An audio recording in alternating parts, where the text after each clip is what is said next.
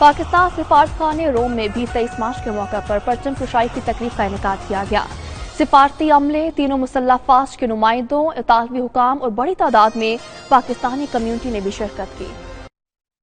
یوم تجدید عہد کے موقع پر اطالوی دارالحکومت روم میں بھی پاکستانی سفارت خانے کی جانب سے پروقار تقریب کا انعقاد کیا گیا۔ تقریب کا آغاز تلاوت قرآن پاک سے ہوا، جس کے بعد پرچم کشائی کی گئی۔